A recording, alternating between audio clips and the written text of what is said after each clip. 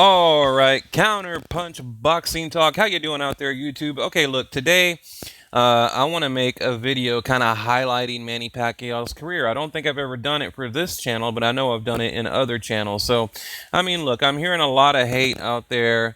Just a lot of people really downing Manny Pacquiao, especially, we have the upcoming Jeff Horn fight. Although Manny Pacquiao taken to Twitter today and social media asking the fans, who should I fight next, as if the Jeff Horn fight might not be happening. I don't get it, but you know what? I think there's maybe a little bit of a power struggle there going on between Pacquiao and Barrera. But we'll see how it plays out. We'll see where the breadcrumb trail leads us. Okay.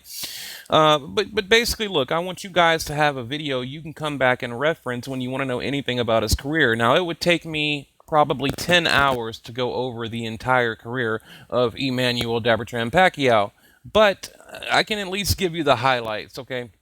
And I would actually like to make a real, full-length documentary about Pacquiao because he's had an incredible career. And any of these people out here who do not give him the credit that he deserves, I mean, they need to go watch, baseball, basketball, football, because they don't belong in boxing. I mean, if you can't respect and, appreciate what Manny Pacquiao has done for the sport of boxing, then you have no business anywhere near boxing. I mean, hate him or love him, like him, whatever, doesn't matter.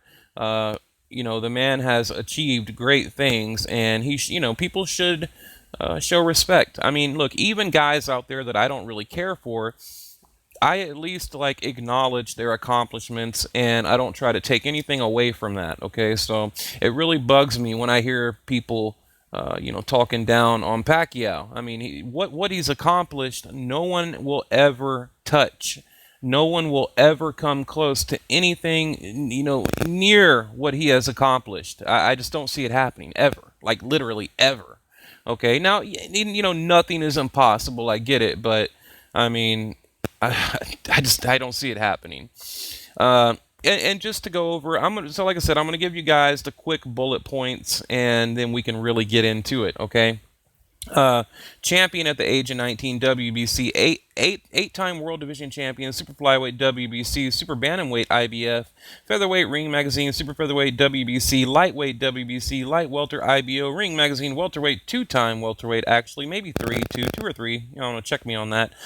Super Welterweight, that was for the WBC, 2008 Knockout of the Year, 2006 8-9 Fighter of the Year, four-time pound-for-pound king, back when he should have fought Floyd Mayweather, back in, those days, but that didn't happen.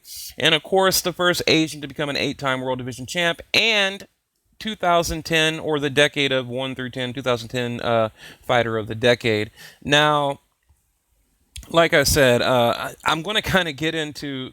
I don't want to, just waste too much time because, God, there's so much here. There's just this well of knowledge and well of information that I just want to get into, but I can't because like I said, it'll be like a 10-hour video. Okay, so let me give you guys a little bit of something to look at. Hang on, let me click there, click there. A little bit of a slideshow, and yeah, that looks good. Okay. All right, like I said, I want to highlight, his career, okay, and go over all the bullet points. Now, before I get into that, I do want to bring something up that is just blatantly obvious, okay, and a lot of, any, semi-hardcore fan will know what I'm talking about. Everything, the whole racial divide, it all started, I know, with Mayweather and Pacquiao, okay? It seems to me that if you like Manny Pacquiao, then somehow you're racist or something. I don't get it. I don't understand. I've never understood it. And if you like Mayweather, then you don't like white people or something like that. I'm not quite sure how these people think. The Flomos and the Pactards. I don't get it. I'm neither one. I can give respect to either guy. Okay, because they both deserve it. Now I don't like the way Mayweather has handled his career, and I'll make a video about that. But again, as a boxer myself, I will give them credit and respect because they deserve it. Okay, but Mayweather, yeah, I mean, there's a lot there that I don't like. Okay, but this isn't about Mayweather; it's about Manny Pacquiao. But like I said, there is a racial divide, and I just don't like it. It's ridiculous. I mean, if I get onto any kind of like social media platform and I say anything positive about Manny Pacquiao or negative about Mayweather, then, I'm immediately qualified as a racist or a bigot or, a hater or whatever. It's ridiculous. And really a lot of that has calmed down, since Mayweather has retired. So thank God for that. Uh, so yeah, I just wanted to throw that out there real quick, and you guys know what I'm talking about. Okay, look, Manny Pacquiao has always taken the tough fights. Okay, I mean throughout his entire career. uh, five-time lineal champ. Okay, now think about this. 5 times lineal champ. He's the only boxer in history that's ever done that. I mean, that's incredible. Going from 106 to 152, 154, depending on if you want to count the catch weight, moving through the ranks, through 10 weight divisions. Now, he is an 8 division champ, but, he started at 106 pounds, not as amateur. Professional started at 106 pounds and ended at 152, but that was for the light middleweight 154 belt, which we will get into that. Fighter of the Decade, 2010, Ring Magazine. The Boxing Writers Association of America awarded him Fighter of the Decade, 2010. Let's see, won 10 world titles in 8 divisions. And now, about his amateur career, I haven't heard a lot of people talk about his amateur career. He was 60-4. Now, that's the best I can find online. So to kind of jump from, that's really not a lot of fights for an amateur. I mean, you look at guys like Loma. I mean, they're like 400. 400. Usually, you get up there. I mean, I have over probably 40 to 50 amateur fights. Okay, so it's not a whole lot really to accomplish what he has accomplished. So made his pro debut at age 16. 20-year pro, 20-year veteran. He's won belts. Now here's something that, and look, by the way, I went to other channels today and I couldn't really find any of this information. I found a couple videos out there where people kind of highlighted his career, but it was very vague and rushed and quick, and it didn't really break it down into detail. So like I said, I don't want to get too detailed because I don't want it to be like a 2-hour video, okay?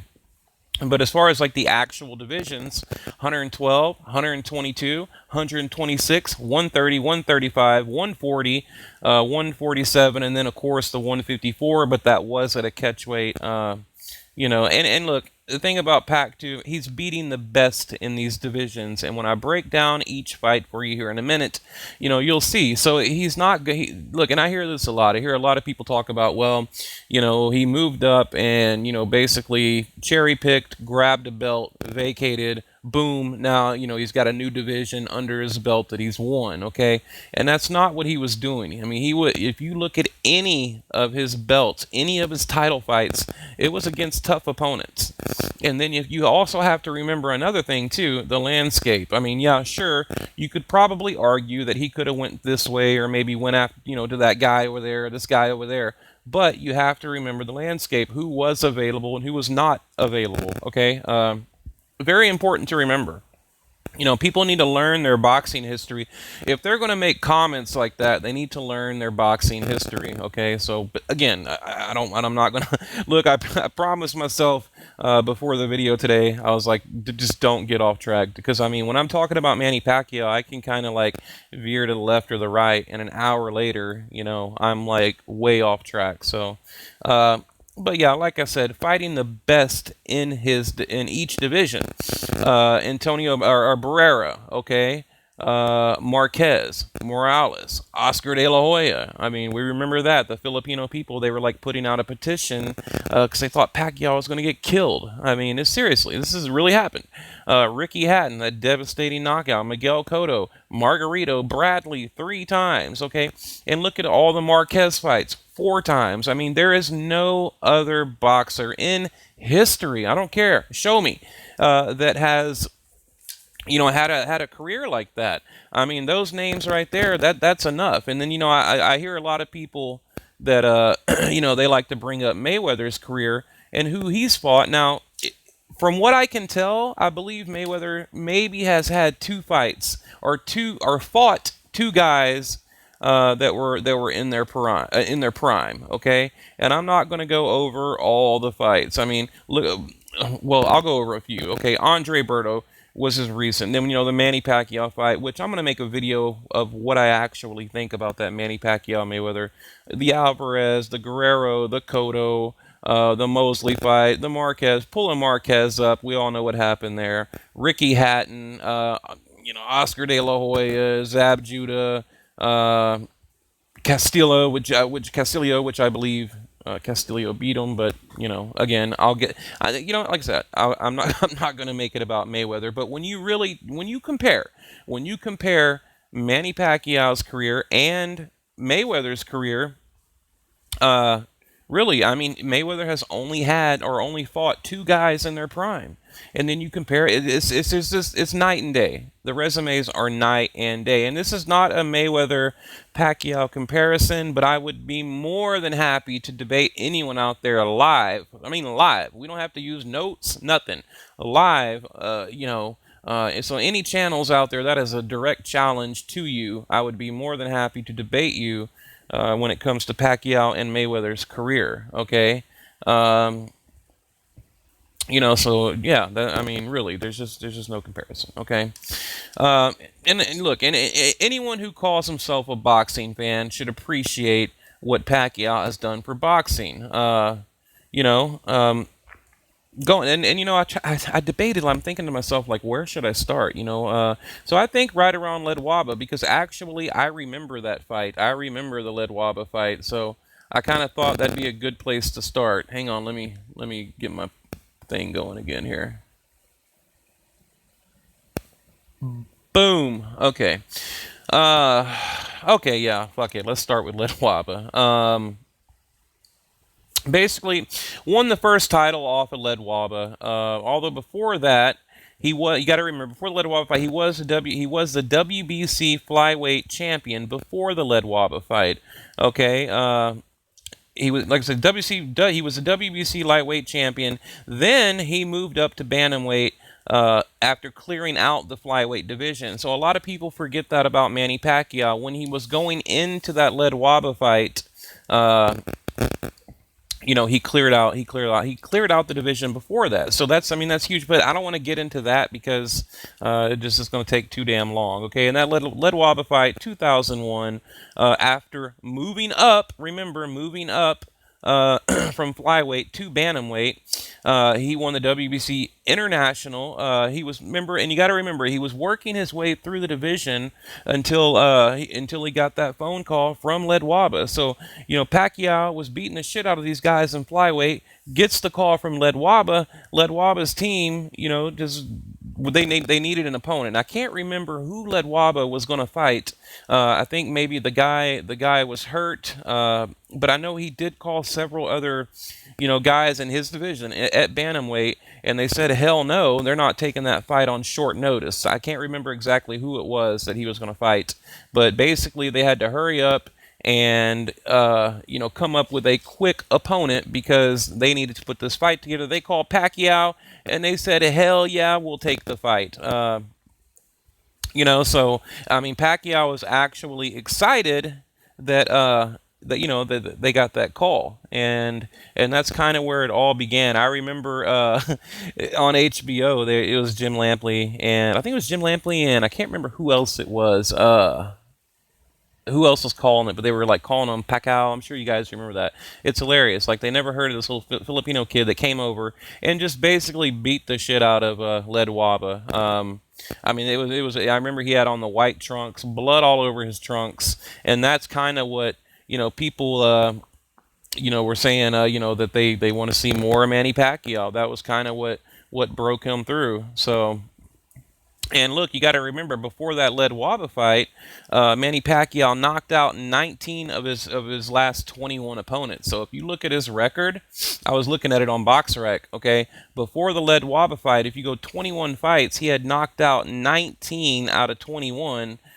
So and I thought it was kind of ironic too that they called Manny Pacquiao last. You had Ledwaba calling all these guys, and they call Pacquiao last because I think they probably knew, like, there was kind of a threat there, although he was unknown. That's what I think anyway, but that's just speculation. So, took the fight on 2 weeks' notice. Okay, that's another incredible thing. I mean, you got Manny Pacquiao coming over to the States, taking the fight on 2 weeks' notice, TKOs him in 6 rounds. Okay, and now we have, boom, this new kid, Manny Pacquiao. Who the hell is he, right? Um, then Manny Pacquiao goes on to fight Acapito. Okay, I can always mess up his name. Sanchez. We're gonna call him Sanchez. Okay, and that fight, look, that was nothing but fouls. Like, if you want to go back and watch, that's probably like, no, I kind of thought maybe like the Diego Chavez and Timothy Bradley fight, but it was way worse than that. Nothing but fouls. From in that fight, and the fight was a draw in 2001, non-stop fouls, and I think it was a fixed fight. Actually, I think there was a little bit of corruption going on in that fight, and that's how Manny Pacquiao got a draw. The fight should not have been a draw. Sanchez should have been disqualified, really. So it's kind of shitty that Pacquiao has a draw on his record because of that. So yeah, I mean, if you guys, it's kind of, but it is entertaining to watch. So maybe you guys can go back and check it out. Then Jorge Elise. Okay, again, these guys, if you watch any of my videos, I'm terrible with their names. So basically, though, knocks him out in 2 rounds, and then he had two other fights after that. Stops one guy in the first round and another in the fifth. Not really meaningful fights, kind of unknown, so I didn't want to really mention them because I'm trying to hurry through. Okay, 2002. You got the Emmanuel Lucero fight. Okay, now look, back in the early 2000s, I remember him. He was pretty well known, and I don't know. I'm sure if you guys don't know him, just look him up. I mean, actually, if you YouTube some of his fights, he had some really good fights, by the way. But like I said, back then he was well known. He was known as a knockout artist. Okay, and again, this is Pacquiao's, like, I think, fourth fight after the Lead Waba. But, he was a great prospect, but Manny knocks him out in 3 rounds. I mean, Manny's running through these guys, and like I said, back before the Lead Waba fight, he knocked out 19 out of 21 guys. I mean, that's incredible, just ran through Lead Waba and all these other guys, okay?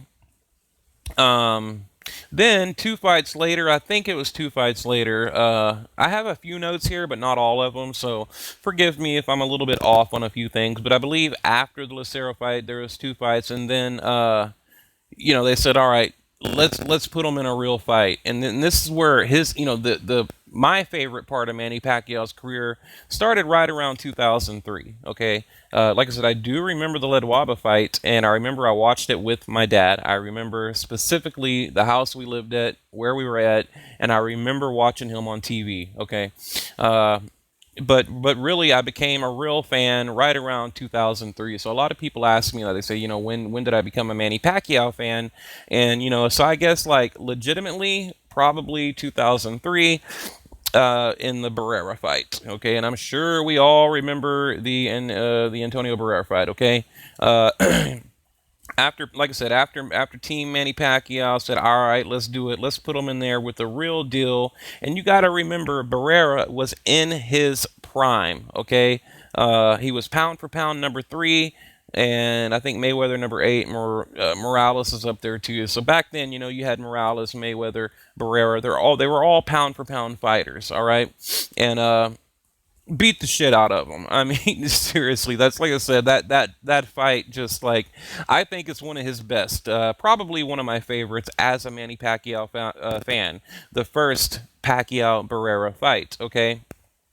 Basically walked through them. And beat him like no one else could. And Barrera was shocked. He was pissed off. I mean, you can see the look on his face. He was pissed that he got beat like that. So, now, all right. So after Manny Pacquiao beats Barrera, he becomes the lineal champ at featherweight, okay? And then it all began, okay? In 2004, we have the first fight with Juan Manuel Marquez, who was number 6, but he was like number 6 on the pound for pound list, maybe number 5. But again, Manny has like I said in the beginning of the video, everything I tell you is a fact. Manny has always went, been up against pound for pound fighters, unlike Floyd Mayweather, okay? Fought Barrera in his prime, fought Led Waba in his prime. Now he's fighting Juan Manuel Marquez in his prime, okay? So, yeah, and Manny, let's see, Manny was number 5 on the pound for pound at the time. And it was a good fight. Hang on, guys. Let me adjust this picture for you.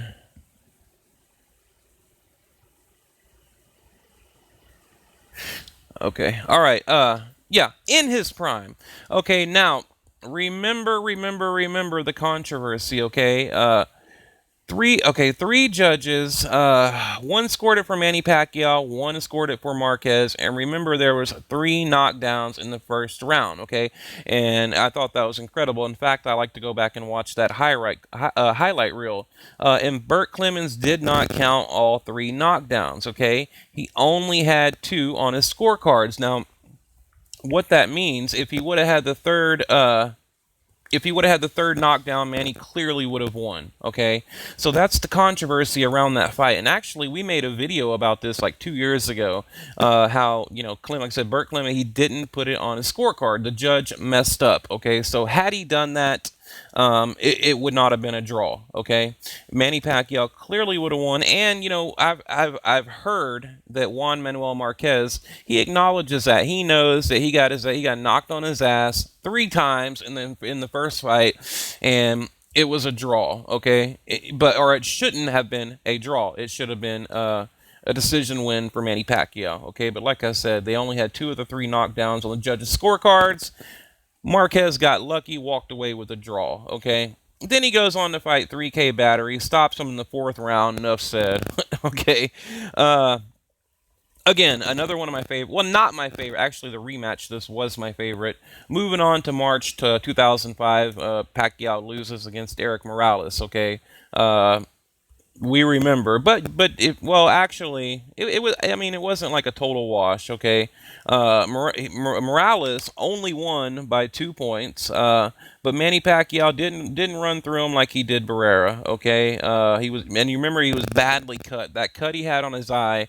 Like if you Google Manny Pacquiao now, you're going to see that picture where Manny has that nasty cut on his eye. Okay, so basically the rematch was set and it was on again. So but back then too, remember Pacquiao was basically a one-handed fighter. He relied on that left hand for pretty much everything. So. But after that fight, I mean, they immediately wanted a rematch, okay? So, and even if you go and listen to the interviews afterwards, that's all they're talking about is rematch, because it kind of like slowed down that Pacquiao momentum. Like that Manny Pacquiao train came to a halt, okay? All right, then we have the Hector Velazquez, or however the hell you pronounce his name, okay? After the loss to Morales, Manny Pacquiao fought Hector Velazquez, stopped him in 6 rounds. We all know that. Okay, now, moving to the good stuff, the rematch. Manny Pacquiao versus Eric Morales. This is the rematch 2006, okay? It was a war. And look, at that point, I was a Pacquiao fan. I was going for Manny Pacquiao. I liked him. I wanted him to win. I became a fan, like I said, around 2003 in that Barrera fight, okay? And you kind of remember that Freddie Roach, they developed Manny Pacquiao's right hand. Remember they called it Manila Ice. I mean, it's so damn corny.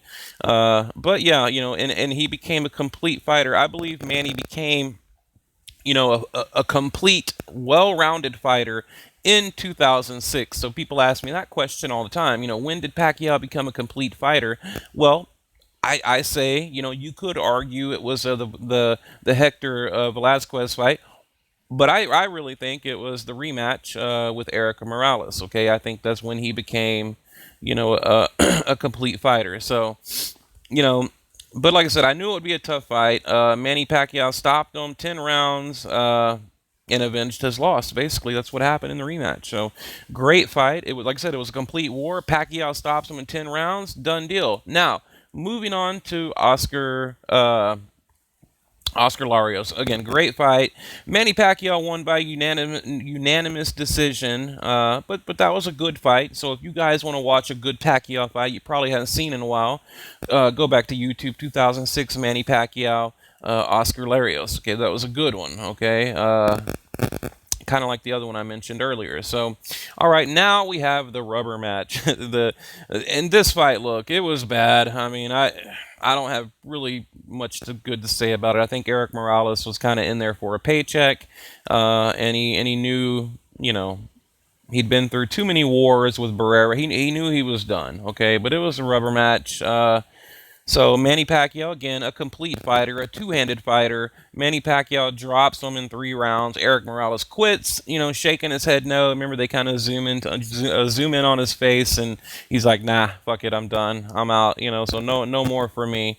So then he went, and by the way, that was the rubber match in 2006. And then he had the Jorge Solis fight, which I don't want to get into that. Another kind of keep busy fight, in my opinion. Then we had the Barrera rematch. Okay, the rematch in 2007, Manny Pacquiao versus Barrera. Pac won by unanimous decision, and I think dominated the whole fight. Okay, again, fighting another pound for pound fighter, and dominated. Okay. So moving on to 2008, super featherweight, the rematch with Marquez. Okay, now this was a very close fight, and Marquez says he was robbed. A lot of people still to this day kind of debate and argue back and forth on who won. Okay, but now if Manny didn't get the knockdown, it's a draw. Okay, and I've always said that in any group, in any video, that knockdown was the deciding factor. The reason Manny Pacquiao won was because of the knockdown. I mean, it's a fact. I mean, I've scored it 100 times, and that was 2008. That was at super featherweight, and that made him the lineal junior lightweight champion. By the way, okay. Now Manny Pacquiao moving on up to lightweight. Okay, and again, this is where his career, I think, gets recharged. Okay, it's like now Pacquiao's moving up to lightweight. And this was after the Juan Manuel Marquez rematch, and fights David Diaz. Okay, and by the way, Pacquiao, like I mentioned in the beginning of the video, Manny Pacquiao did not cherry pick David Diaz. Okay, he could. I mean, there's other names out there, Nate Campbell, Casamayor, whatever. But like I said, due to the landscape, he had to fight Diaz, and Diaz is a tough-ass dude. By the way, I actually got a chance to, I wouldn't call it an interview, but I talked to David Diaz about the Manny Pacquiao fight, and he just said he was too fast, he was too much, he was too strong. He just said that, he could handle the punches that he could see coming. This is what he told me. I should have put a screenshot of our conversation on there, but he said he could handle the punches that he saw coming, but he couldn't handle what he didn't see coming. That's very true. When you know something is coming, or you at least have a general idea, you can take the shot a lot better. But, he got caught, just blindsided, and that's what put him out. But he was ready to go anyway, and he admitted that. But, even to this day, David Diaz, still giving Manny Pacquiao a ton of credit for that fight. Okay, moving on, 2008. Damn, we're already at 28 minutes. See, like I said, I could go for 10 hours with Pacquiao. The Oscar De La Hoya fight. Okay, basically, okay, this fight, everybody had Oscar De La Hoya to win. Okay, now, and remember, Pacquiao basically jumped the division right into the Oscar De La Hoya fight. Okay, every expert out there said he was gonna get smashed, he was gonna get dropped, he's gonna get killed. And like I mentioned, the Filipino people actually put together a petition to stop the fight. They did not want Manny Pacquiao to fight Oscar De La Hoya. Okay. Now, and by the way, people that like to say Oscar De La Hoya was drained in that fight, Oscar De La Hoya said he felt good at welterweight. He said his speed could match Pacquiao's speed, and he felt good. Okay, so all these people talking about, Oscar De La Hoya, he was drained. Well, maybe he was a little bit, but he said he felt great at that weight, and he said, he wanted to fight at welter, so that way, his speed would match up. And he was simply outclassed. Okay, he was just, and that's all there is to it. Now, of course, I mean, when I'm not, you know what? I'm not going to say, of course, like dropping a little bit of weight, uh, you're going to feel drained because when I drop weight, I feel better. I feel like I'm more energetic, and I feel like a lot of aspects of my fight game improve. Okay, so yeah. I mean, like I said, I've just heard a lot of bullshit about that, basically. So, all right. Now, moving on, 2009. Then Pacquiao goes back down. Remember, that was at welterweight. 2008 was at welterweight. He goes back down to light welterweight to the 140-pound division to fight Ricky Hatton. Okay, uh, and that was a hell of a fight. I mean, that knockout is iconic. So we all know what happened. Ricky Hatton, just gets knocked out. Okay, and look, the Hatton versus Collazo fight was a great fight, but Hatton wasn't big enough at welterweight. Okay. So Hatton went right back down to light welterweight, and the rest is history. So a lot of people want to talk about that. Hatton was kind of moving up and down or whatever, but he knew he couldn't handle the guys that welter went right back down to the light welterweight division. So and then he complains that he was overtrained, but that excuse really is irrelevant because he got knocked out in 2 rounds. Okay, so when you get knocked out in the second round, I mean, you literally have 4 minutes of fight time. I think it was like, okay, 3 minutes on round one. I don't know. It was like a minute and a half in round two. So you're looking at 4.5 minutes of fighting. Being overtrained doesn't matter, so you can't really use that excuse does not apply. Now, if you go from bell to bell all the way through 10 rounds, 11 rounds, 12 rounds, and you get a decision, you lose by decision, then I could understand someone using that excuse. Well, I was overtrained, I was drained, I didn't feel right in there, whatever. But when your ass gets laid out in 2 rounds, being overtrained has nothing to do with it. It's really the best excuse that he could come up with. Okay, 2009, Cotto Pacquiao, another one of my favorite fights. I mean, it has so many, it's hard to, it's hard to. And again, Pacquiao did not drain Miguel Cotto. Okay, 2 years prior, Cotto was at 140. So, and you got to remember Phil Landsman. Okay, Landsman was like the #1 strength and conditioning coach back then. Cotto said he felt great at that weight. He even put. I mean, you can Google it right now. Quotes by Miguel Cotto. Said he felt great at that weight, and it was his best weight. And this is a quote. I just read you a quote. Cotto said, "Quote: I feel great at that weight. It is my best weight." Okay. And again, he just was going around parading around talking about how good he felt at that weight.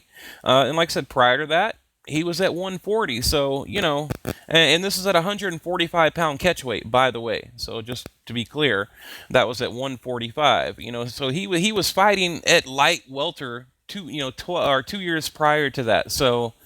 I think he easily made that 145-pound catch weight, and according to him, he felt great. So, he was not drained. Okay, Joshua Clottey, 2010 unanimous decision. And by the way, I watched Clottey in Houston. He was on they had like 18 or 19 fights on the Canelo Kirkland undercard, and Joshua Clottey was one of them. And I have it recorded somewhere, but you could YouTube it either way. But anyway, he looked really good. He looked damn good. But we were, remembering you remember the Clottey Pacquiao fight. We probably don't need to get in that. Clottey stayed in that turtle shell the whole time, just standing there with his gloves up, no action. Wouldn't let his hands go, and lost. Okay, now Antonio Margarito. All right. Now look, Pacquiao took a lot of punishment in that fight. Multiple interviews, Manny Pacquiao's talking about he took more punishment in that fight, and he believes that's like the hardest he's been hit. Okay, now that was for the junior middleweight title. Okay, Shane Mosley. Now this is in 2011. Now this is for the WBO welterweight at 147. So Pacquiao's jumping all around at this point. Okay, and then this whole time I'm asking myself, where's Mayweather? Where is Mayweather? Where is Mayweather? Where is Mayweather? Okay, so 2011 was it? Yeah, 2011. Shane Mosley beat the hell out of him, knocked him down, embarrassed him. Okay, and that was in January, February, March, April, May 2011. Now November 2011, we have the third Juan Manuel Marquez fight. Manny Pacquiao wins by majority decision. Now, 2012 was a bad year for Manny Pacquiao. I'm just going to try to rush through it, guys, so I can keep it under 45 minutes, okay? 2012, bad year. You know, the robbery with Timothy Bradley gets knocked out by Marquez in the round 4. And by the way, Manny was winning on all the scorecards, okay? Now, two things I would like to talk about. We'll start with Timothy Bradley. Bradley knows he was, Pacquiao got robbed. He knows he was handed a decision. There was some corruption going on with the judges. I mean, Manny Pacquiao clearly won, but he came back twice, avenged his loss. So in my mind, Pacquiao beat another pound-for-pound fighter 3 times in a row, okay? And the third time, I think, was the most convincing. So, now, of course, we have the knockout, that devastating knockout by Juan Manuel Marquez, December 2012, round 4. Now, plain and simple, Juan Manuel Marquez was on PEDs. I mean, that's it. That's all there is to it. The dude was juiced. He was on steroids. He was working with Mimo Heredia. He was on PEDs. There is no other explanation. Just that's it. Enough said. Okay. 2014, Chris Algieri. A lot of people were worried Manny Pacquiao was going to lose against Algieri, but I kept telling everyone, like, look, there's no way he's going to lose. Just chill, relax, not going to happen, okay? And that was for the WBO welterweight. Pac wins by unanimous decision. Remember, you got Tim Lane over in the corner talking about, I'm about to let him out the cage. I'm about to let him out the cage, and then boom, Pacquiao drops. So it was a great fight, great fight. Now, I think he knocked him down like 6 times, but I will admit, 1 or 2 was like a slip in that corner. So you could probably say more like 4 legitimate knockdowns and 1 really good one. But I don't like that Pacquiao did not finish him. I think after that Miguel Cotto fight, he stopped Miguel Cotto in round 11. I think Pacquiao kind of he admitted that he felt bad for these guys. Like he didn't like just busting them up and then knocking them out. So I think he could have knocked out knocked out a lot of these guys. Margarito. Oscar De La Hoya, even Cotto. It could have been a sensational knockout. Shane Mosley, but I think he was showing like sympathy towards his fellow mankind, and that's what he said, because you have to remember that's when he got real religious and he didn't want to hurt people. He wanted to win, but he didn't want to just retire people like he did Margarito. I mean, he broke his face, broke his orbital bone. Okay, so I think that's what happened with that. Okay, now I'm gonna skip over the Maypac. Okay, 2015 May. I'm gonna just skip over it. That was, I probably wouldn't call it the biggest upset in boxing history, but I will call it the biggest disappointment in boxing history, okay? Because to be the biggest upset, it has to be a competitive fight. I think you had an unhealthy Manny Pacquiao. The whole thing was bullshit, and I really want to make a video and tell you guys what I think about that, but I don't have enough time. But I'm not, like I said, I'm not going to call it an upset. To me, an upset would be Sugar Ray versus Marvin Hagler, Antonio Tarver versus Roy Jones, okay? Or Cassius Clay, when he beat Sonny Liston in 1964, or Buster Douglas, Mike Tyson in 1990. That's an upset. So, to me, that was a disappointment. There's a huge difference in an upset and a disappointment, okay? So, I don't want to get into it, though. Like I said, it was a shit fight, and I wish we could erase it from boxing history. So, Tim Bradley, they had the third fight, Bradley's with Teddy Atlas in April of 2016, and I think Pacquiao pretty much dominated. Bradley, he went in there with high hopes, but he knew he was outclassed, so, Manny Pacquiao dominated that fight, and then, that's just pretty much what happened. But now... Oh, I forgot. Damn, I almost got Jesse Vargas. Okay, again, unanimous decision. Now, remember, it's like belt chasing. Okay, so you had, let's see, how did it go? Let's see. Bradley vacated. Okay, so you had the Timothy Bradley and the Jesse Vargas fight. Jesse Vargas loses against Bradley. Then Bradley vacates the belt to take the Pacquiao fight. Then Vargas wins the vacant belt against Saddam Ali. So now you have, let's see, and then Then you had Bradley Vargas, and the belt was up, and then you had Manny, which was the rightful owner of that belt.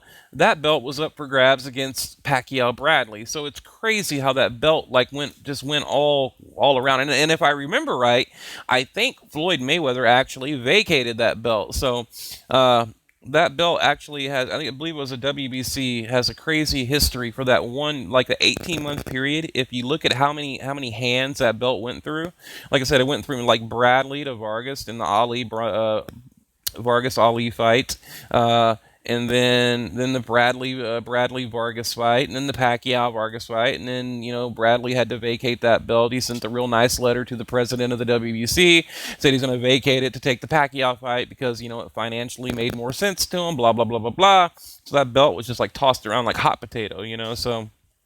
But now we arrive at the Jeff Horn fight. And like I mentioned in the beginning of the video, it was a farewell tour for Manny Pacquiao.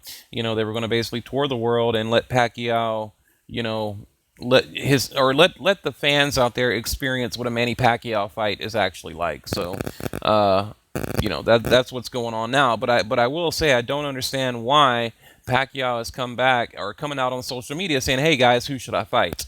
So look, that's about all I got. I don't want to make the video too long. I just wanted to highlight Manny Pacquiao's career because it's incredible, fighting, pound for pound guys, okay? Five-time lineal champ, only one in boxing history, all the way from 106 pounds to 152 pounds. Fighter of the decade, 10 divisions, 8 world titles, pro debut, age 16, 20-year veteran, won belts in 112, 122, 126, 130, 35, 40, 47, and 54. I mean, it's just incredible, his career. So anyone out there that hates on Manny Pacquiao, they just need to stick to football. So that's about all I got today, guys. Counterpunch Boxing, we are out.